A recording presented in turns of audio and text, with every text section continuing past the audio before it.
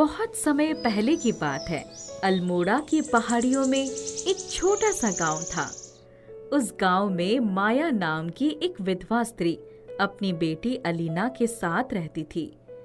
माया दिन रात परिश्रम करती थी। उसके पास थोड़ी सी जमीन थी जिस पर सब्जियां उगाकर वो अपना और अलीना का पेट पालती थी। अलीना बहुत खूबसूरत थी, इतनी खूबसूरत कि उसको अपनी खूबसूरती का बहुत घमंड हो गया था। उसने किसी तरह अपनी पढ़ाई पूरी कर ली। हर वक्त शीशे के सामने बैठकर अपना चेहरा देखती रहती थी। एक दिन, अलीना, जरा चलकर मेरे साथ खेत में काम करवा लो। माँ, तुम देखती नहीं मेरे हाथ कितने खूबसूरत हैं। खेत में काम करने कैसे जा सकती हूँ? हाथ के सारे नाखूनों में मिट्टी भर जाएगी। तुम कैसी बातें करती हो बेटी? तुम्हें पराए घर जाना है, वहाँ क्या बैठे बिठाए खाना मिल जाएगा? माँ, तुम देख लेना, मेरी खूबसूरती देखकर मेरा हाथ मांगने तो कोई राजकुमार ही आएगा। इस लड़की को मैं कैसे समझाऊं? हे ईश्वर, इसको सद्बुद्धि दो। पता नहीं किस दुनिया में रहती है। माया बड़बड़ाती हुई खेत पर चली गई। सारे दिन काम करके वापस आई तो, बेटी, आज मैं बहुत थक गई हूँ, जरा तुम रोटियां बना दो। ओहो माँ, तुम्हें पता नहीं है कि मेरा चांद जैसा मुखड़ा आग और धुएं की गर्मी से मैला हो जाएगा? तुम तो सिर्फ अपनी खूबसूरती को ही संभाले रहो। इस दुनिया में सूरत से अधिक सीरत काम आती है बेटा। माया ने उठकर रोटियां बनाई, खुद भी खाया, उसको भी दिया। उस दिन माया ने उससे बात भी नहीं की। दूसरे दिन सुबह सुबह अलीना अपने चेहरे पर उपटन लगा रही थी। तभी उनके दरवाजे पर एक भिखारी आया। बेटी, कुछ खाने को दे दो, भगवान तुम्हारा भला करेगा। बाबा, तुम लोगों को कोई काम नहीं है क्या? सुबह सुबह भीख मांगने चले आते हो। माया उसी समय कुएं से पानी लेकर आ रही थी। उसने जैसे ही अलीना की कठोर वाणी सुनी, ठहरो बाबा, मैं अभी कुछ खाने को देती हूँ। माया ने भिखारी को रोटियां खाने के लिए दी। वह दुआएं देते हुए चला गया। अलीना, तुम लोगों से ठीक ढंग से बात भी नहीं करना जानती। क्या होगा तुम्हारा भविष्य? मुझे बहुत चिंता हो जाती है। माँ, तुमको अपनी बेटी से ज्यादा दूसरे लोगों की चिंता रहती है। मैं अपने बारे में अच्छी तरह से जानती हूँ। मैं तो राज करूंगी, राज, तुम देख लेना। माया चुपचाप अपने काम में लग गई। उस दिन जब अलीना सो रही थी तो माया ने देखा वो कुछ बड़बड़ा रही थी और अचानक उसके चेहरे पर एक मोहक मुस्कान आ गई। मुस्कुराते हुए कितनी खूबसूरत लगती है मेरी अलीना, पर इसके चेहरे पर तो हमेशा घमंड और गुस्से की परत चढ़ी रहती है। जब सुबह माँ बेटी सोकर उठी तो रात में क्या सपना देखा?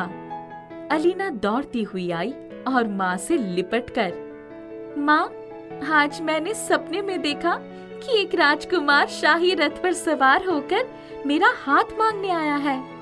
वो बहुत खूबसूरत है। उसके महल में खाने की मेज पर सोने के फल और सोने की ही रोटियां थी। तुम्हारी खटर पटर से तब तक मेरी नींद खुल गई। माँ, तुम देख लेना, मेरा सपना जरूर सच होगा। पता नहीं तुम कब सपने से जागोगी। माँ, तुम तो चाहती ही नहीं हो कि कोई राजकुमार मुझे ब्याह कर जाए।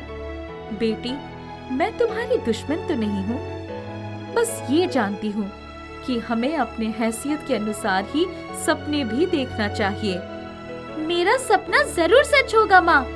आज तुम मेरे लिए सोने की रोटी ला कर दो, वरना मैं खाना नहीं खाऊंगी। अलीना, मैं सोने की रोटी कहाँ से बना दूं? हम कोई राजा महाराजा थोड़ी ही है। ऐसी जिद का क्या फायदा जो पूरी ही ना हो। उस दिन अलीना नाराज होकर घर से बाहर चली।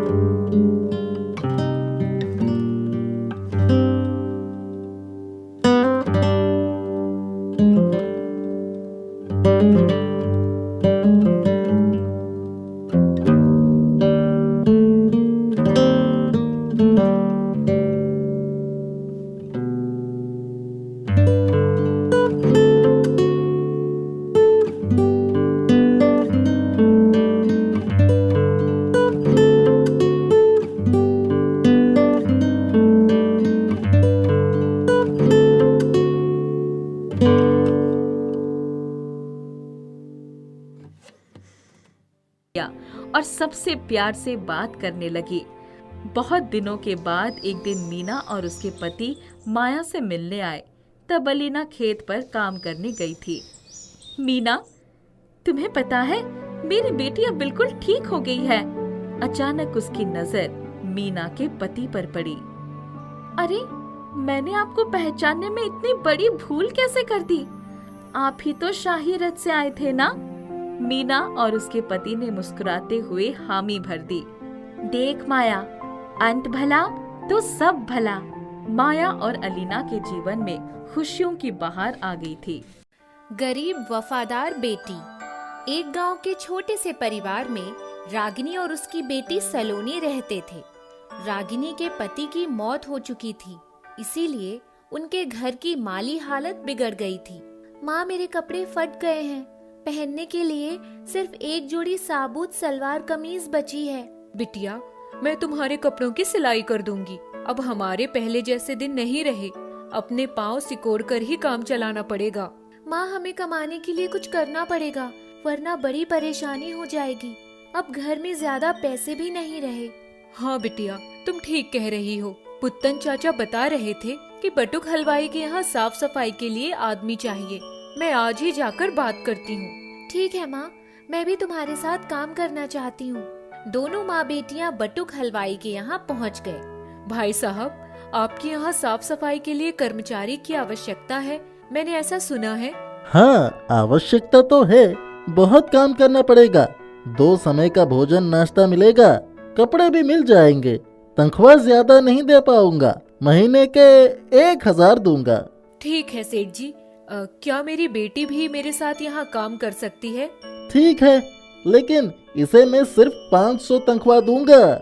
गरीबी और लाचारी के कारण रागिनी ने हलवाई की बात मान ली और दोनों माँ बेटियाँ उसके यहाँ काम करने लगी। दिन भर बर्तन, प्लेट, ग्लास धोने पड़ते थे। जिंदगी की गाड़ी आगे बढ़ने लगी। एक दिन एक बड़ा सरकारी अधिकारी बटुक हलवाई के होटल पर नाश्ता करने के लिए आया। उसने रागिनी और सलोनी को ढेर सारे बर्तन मांजते धोते देखा तो उसे दया आई। बटुक उन्हें डांट रहा था। अरे रागिनी, सलोनी, जल्दी जल्दी हाथ चलाओ, अभी 4 कढ़ाइयाँ और मांजनी है। सेठ जी, जले बर्तन मांजने में समय लगता है। तुम लोगों को रख कर मैंने गुनाह कर दिया। बटुक भैया, इन दोनों को कितनी तनख्वाह देते हो? माँ को 1000 और बेटी को 500 महीने देता हूँ। 2 समय का खाना नाश्ता भी दे देता हूँ। उस अधिकारी को यह जानकर आश्चर्य हुआ कि इतने कम वेतन में भी यह दोनों माँ बेटियाँ बहुत सारा काम कर रही हैं। उस अधिकारी का नाम सतीश प्रधान था और उन्होंने अपना कार्ड रागिनी को दे दिया और बंगले पर मिलने के लिए कहा। रागिनी और सलोनी दोनों अधिकारी सतीश के बंगले पर पहुंची। सतीश ने उन्हें नौकरी पर रख लिया। तुम्हें घर का सारा काम देखना होगा और मेरी श्रीमती निर्मला का पूरा ख्याल रखना होगा। पूरे घर की सफाई, बर्तन, कपड़े, खाना पीना सब कुछ देखना पड़ेगा। कोई भी लापरवाही नहीं चलेगी। सवेरे से तुम्हारी ड्यूटी शुरू हो जाएगी। और एक बात और सुन लो, यहाँ सिर्फ तुम काम करोगी, तुम्हारी बेटी के लिए मेरे पास काम नहीं है। ठीक है मेम साहब। रागिनी ने अधिकारी सतीश के यहाँ काम करना शुरू किया।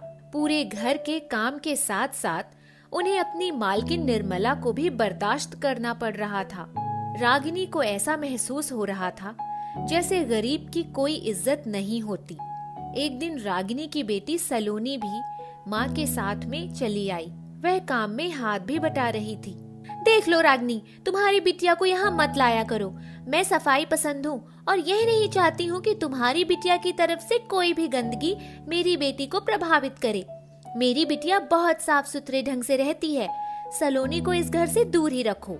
ठीक है मेम साहब, अब मैं उसे यहाँ कभी नहीं लाऊंगी।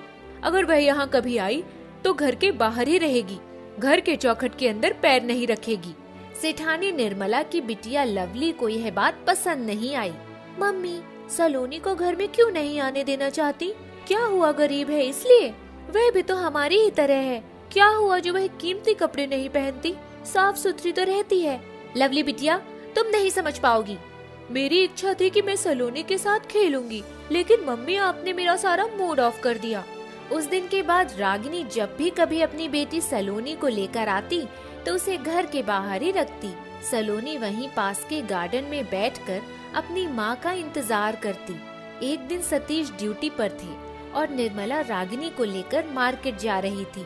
घर पर लवली अकेली थी। सलोनी बिटिया, तुम घर से ही लवली का ख्याल रखना, उसे देखती रहना। हम लोग आधे घंटे के बाद आएंगे। सलोनी खिड़की के पास से हटना नहीं, लवली चंचल है, उसका पूरा ख्याल रखना। निर्मला और रागिनी मार्केट चले गए और सलोनी खिड़की के पास से लगातार लवली पर नजर गड़ाई थी।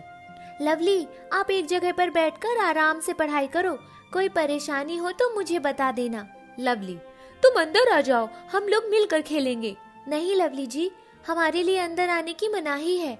मेरी माँ ने आपकी मम्मी से वादा किया है कि मुझे चौखट के अंदर कभी नहीं आने देंगी। मुझे मम्मी की इस तरह की बातें पसंद नहीं आती। हमें भेदभाव नहीं करना चाहिए। बहुत देर हो चुकी थी, लेकिन निर्मला और रागिनी घर वापस नहीं आए। लवली को कुछ खाने की इच्छा हुई और वह किचन के अंदर चली गई। शालिनी अब लवली को नहीं देख पा रही थी। अचानक किचन में धड़ाम से आवाज आई और लवली की चीख और रोने की आवाज सुनाई पड़ी। सलोनी अपने आप को रोक नहीं पाई और कमरे के अंदर दाखिल हो गई। उसने देखा लवली नीचे फर्श पर गिरी हुई है और उसके सर से खून निकल रहा है। अरे लवली, तुम्हें यह क्या हो गया? बाप रे, सर से खून निकल रहा है। रुक जाओ, मैं पहले कपड़ा बांध देती हूँ। मैं तुम्हें डॉक्टर के पास ले चलूंगी। मैं लड्डू लेने के लिए स्टूल के ऊपर चढ़ गई और गिर पड़ी। मुझे बहुत दर्द हो रहा है। रागिनी ने अपने दुपट्टे से लवली के सर पर बांध दिया और खून का निकलना कम हो गया। उसने पड़ोसियों को आवाज दी और उनकी मदद से लवली को तुरंत हॉस्पिटल लेकर डॉक्टर के पास पहुंच गई। निर्मला और रागिनी भी हॉस्पिटल पहुंच चुके थे। डॉक्टर, जल्दी से मेरी बच्ची का इलाज कीजिए, मेरा तो दिल बैठा जा रहा है। आप लोगों में से किसी एक ने यह काम बहुत अच्छा किया जो बच्ची के सर दुपट्टे से बांध दिया। इस कारण से खून का बहना रुक गया और खतरा टल गया। घाव बड़ा है, ऑपरेशन करना पड़ेगा। डॉक्टर, यहाँ दुपट्टा से बांधने का काम इस सलोनी ने किया। Well done baby. अब मैं बच्ची को ऑपरेशन थिएटर में ले जाऊंगा। चिंता मत कीजिए, सब कुछ ठीक हो जाएगा। सभी लोग सलोनी की तरफ प्रशंसा भरी नजरों से देखने लगे। रागिनी को भी अपनी बेटी पर नाज महसूस हुआ। निर्मला ने सलोनी को सीने से लगा लिया। सलोनी, तुमने बहुत अच्छा काम किया। मैंने तुम्हारी कदर नहीं की, लेकिन तुम लाजवाब हो। आज तुमने मेरी बेटी को बहुत बड़े खतरे से बचा लिया। मैंने तुम्हें पहचानने में बड़ी भूल कर दी। दरअसल मैं गलत थी। तुम्हारी वफादारी ने मेरी आंखें खोल दी। सलोनी बिटिया, मुझे माफ कर दो। आज से मेरे घर के दरवाजे तुम्हारे लिए हमेशा के लिए खुले हैं। जैसे मेरी बेटी लवली, वैसे ही मैं तुम्हें भी मानूंगी। एक गरीब की बेटी सलोनी ने अपने ही दुपट्टे से लवली को सुरक्षा प्रदान की। उसके अपने कपड़े खून से सन गए। उसने इन सारी बातों को भूलकर लवली को लेकर हॉस्पिटल आई और अच्छी तरह से लवली का इलाज हुआ। इस तरह सलोनी ने वफादारी की मिसाल पेश की।